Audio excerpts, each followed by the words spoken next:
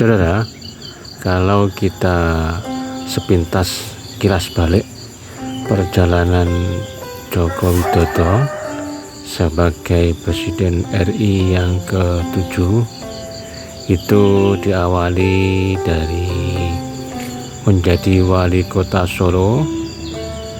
Pada saat itu Bapak Joko Widodo mempromosikan tentang pembuatan mobil SMK, yang mana mobil itu sudah melakukan beberapa uji coba termasuk uji emisi. Nah, dari situlah Joko Widodo wali kota Solo itu berniat untuk memasarkan atau memproduksi mobil SMK. Nah, dari sini itu kita bisa saksikan orang-orang pun mulai ada simpati bahwa Joko Widodo akan membuat gebrakan baru untuk memproduksi mobil dalam negeri. Nah, dari sinilah saudara, ini Joko Widodo mendapat simpati untuk dinaikkan posisinya. Kemudian pada saat itu di Jakarta ada pemilihan gubernur yang baru menggantikan Bapak Foke itu, jadi kemauan Fauzi itu. Nah, karena PDIP belum punya calon, maka calon potensi yang saat itu adalah Bapak Joko Widodo. Kemudian Joko Widodo ini ditarik ke Jakarta untuk dicalonkan menjadi calon gubernur DKI Jakarta. Pada saat itu Joko Widodo dipasangkan dengan Basuki Cahayapurnama atau Ahok dari Partai Gerindra. Saudara, Jokowi Ahok atau Jokowi Basuki Cahayapurnama itu belum terkenal Jokowi, tapi masih Joko Widodo. Jadi Bapak Joko Widodo berhasil terpilih untuk menjadi gubernur DKI Jakarta pada saat itu. Nah, ketika Joko Widodo ini menjadi gubernur, itu Jokowi melakukan beberapa terobosan-terobosan atau kegiatan-kegiatan yang selama ini tidak pernah dilakukan oleh pejabat daerah setingkat gubernur. Pada suatu hari Joko Widodo mengunjungi atau sidak ke beberapa kelurahan untuk memastikan bagaimana cara pelayanan di setiap kelurahan. Saudara, kita bisa sadari bahwa beberapa kantor desa, banyak kantor-kantor kelurahan atau kantor desa atau bol desa, perangkat desa atau pegawai di kelurahan itu datangnya pun sesukanya. Apalagi di desa-desa itu perangkat itu ada yang datang, ada yang tidak. Kadang datang pukul 8 atau pukul 9, nanti jam 11 sudah pulang. Nah, pada saat Gubernur Joko Widodo, Gubernur DKI ini melakukan sidak ke sebuah kelurahan, di sana sekitar jam 8 itu petugas atau pegawainya belum ada yang datang satupun. Hanya beberapa orang yang di luar itu sebagai Pak punya. Nah, setelah Jokowi datang itu beberapa saat kemudian datanglah para karyawan atau ASN atau pegawai yang ada di kelurahan tersebut, sehingga terjadilah kalang kabut mereka untuk mempersiapkan diri sebagai penjaga kelurahan atau pegawai kelurahan. Nah, dari sini ini banyak muncul simpati bahwa Joko Widodo Gubernur DKI memang benar-benar bekerja untuk melayani masyarakat atau rakyat. Pada satu ketika Joko Widodo ini melihat beberapa kondisi selokan atau gorong-gorong yang jalan airnya tidak lancar. Nah, karena ada sumbatan atau seperti apa, Joko Widodo ini penasaran ingin melihat kenapa kok air dan sungai tidak lancar. Kemudian Bapak Joko Widodo ini masuklah ke gorong-gorong untuk mengecek seperti apa kondisi gorong-gorong yang ada pada saat itu.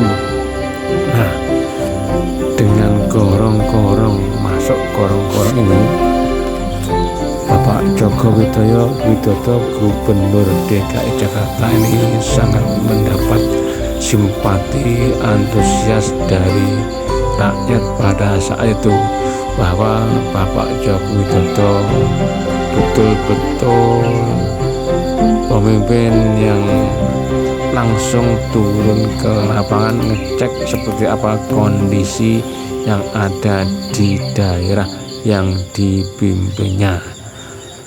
Oke, saudara, setelah gas gorong-gorong yang menjadi puncaknya, sebelumnya tidak ke kelurahan, belusukan ke pasar, ini adalah gerakan atau keberakan Joko Widodo dalam memimpin daerah yang selama ini tidak dilakukan oleh para, mungkin dari gubernur sampai ke bawah itu, sampai wali kota atau bupati, belum ada yang melakukan. Nah, ketika Joko Widodo melakukan hal ini rakyat dibuat tercengang.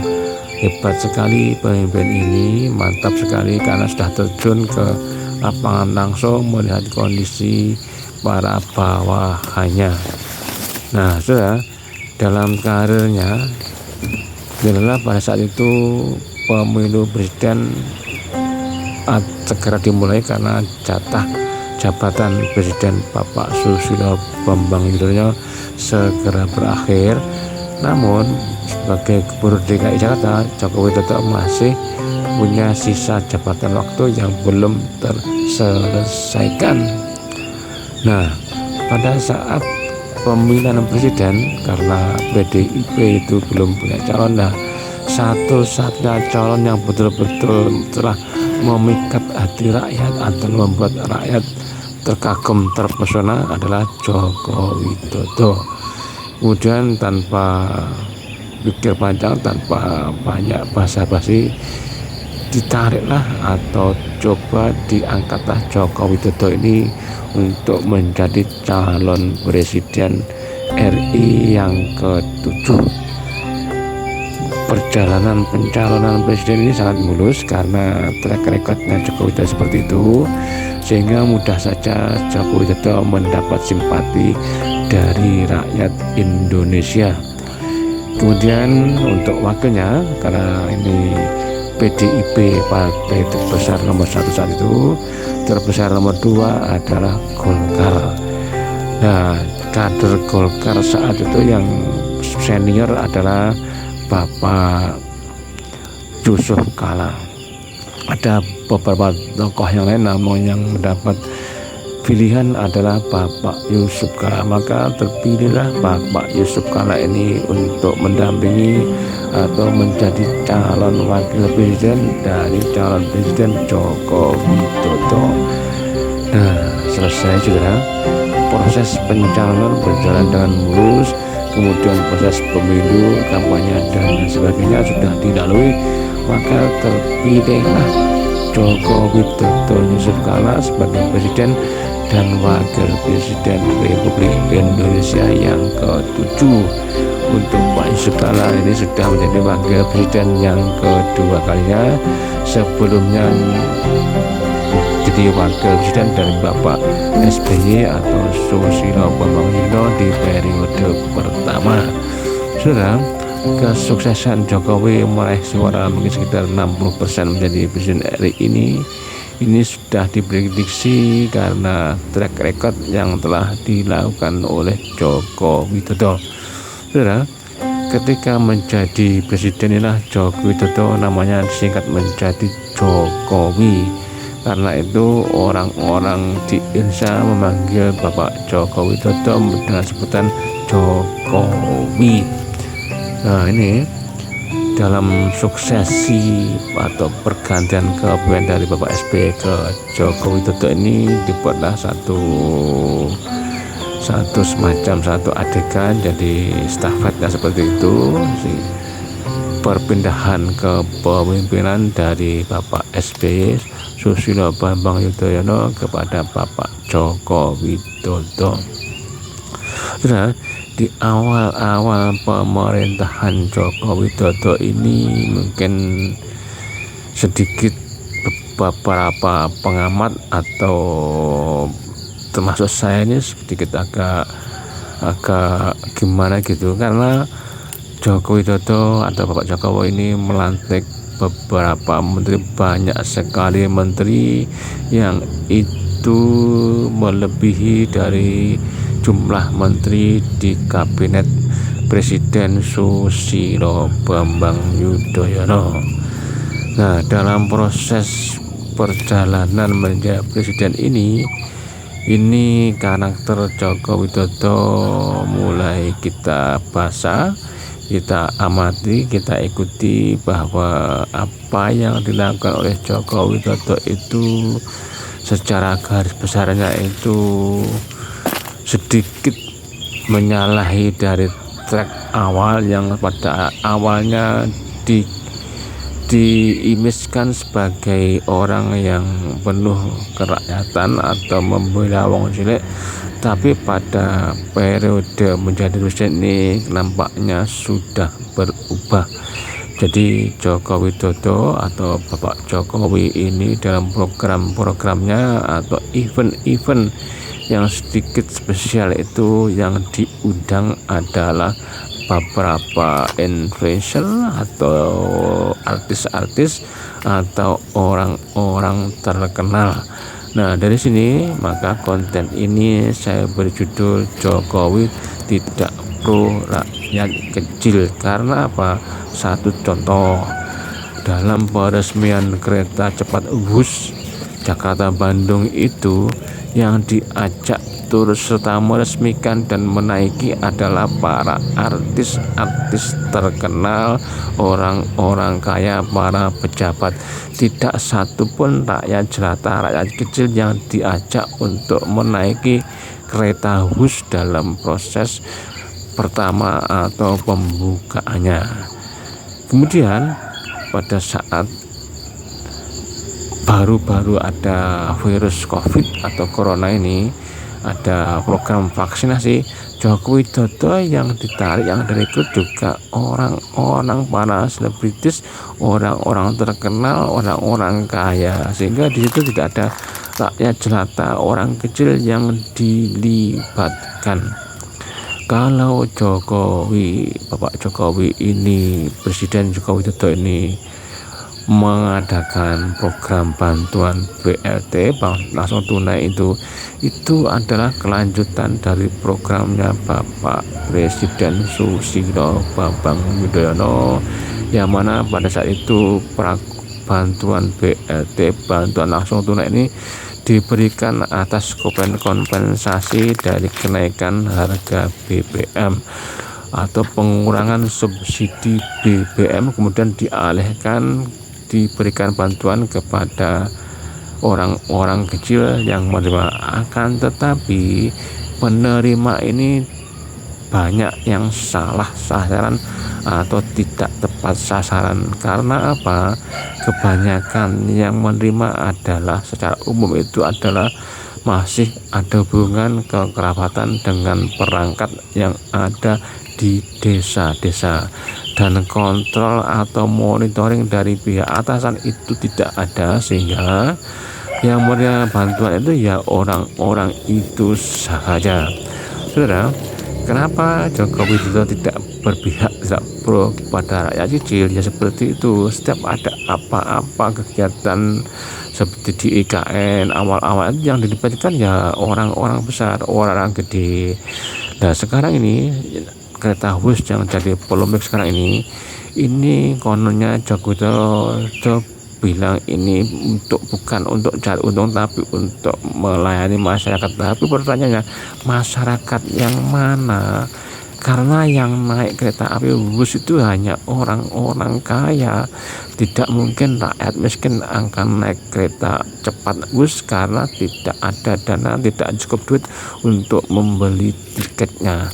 Karena itulah selama ini kalau kita saksikan itu betul-betul Bapak Jokowi itu pihaknya keberpihakannya kepada para kroninya, pada pendukungnya, kemudian orang-orang kaya itu yang diperhatikan oleh Presiden Joko Widodo. Karena itu bagi mereka atau kita orang luar ini atau rakyat kecil yang biasa tidak mendapat fasilitas apa-apa ya, yang kelas menengah yang enggak jelas itulah yang menjadi korban dari kebijakan dari program Presiden Joko Widodo. Karena apa? Karena bantuan juga tidak dapat dan apa-apa suruh bayar kayak BPJS, kayak macam-macam itu. Dan kalau ada kartu ini itu, kartu KIS, kartu itu ya tadi itu hanya seremonial kepada orang-orang tertentu saja. Karena itu saudara, jadi kita sebagai rakyat Indonesia ini kadang mudah terpesona, mudah tertegun, mudah tertipu dengan penampilan yang seakan-akan itu sebagai terlihat santun, sederhana dan lain sebagainya, akan tetapi dibalik ke semua itu faktanya tidak seperti itu ya. Begitulah saudara yang kita hasilkan dari beberapa orang yang menjadi pemimpin di negara ini, dari tingkat daerah sampai tingkat pusat.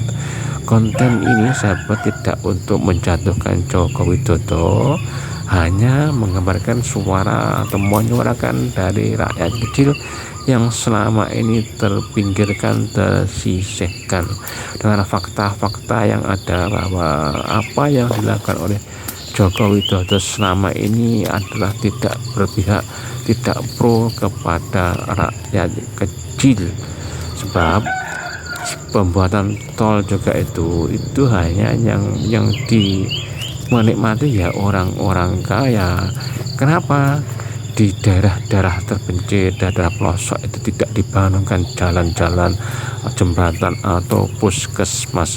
Seharusnya selain pembuatan jalan tol di lintas Jawa Sumatera itu, di pelosok-pelosok itu juga jalan-jalan diperbaiki, diakses, dipermudah dengan pengerasan jalan, sehingga mereka yang ada hidup di daerah-daerah pedalaman atau di pedesaan itu mudah untuk mengakses ke pendidikan, ekonomi, juga kesehatan. Tapi itu tidak dilakukan oleh Joko Widodo selama menjadi presiden.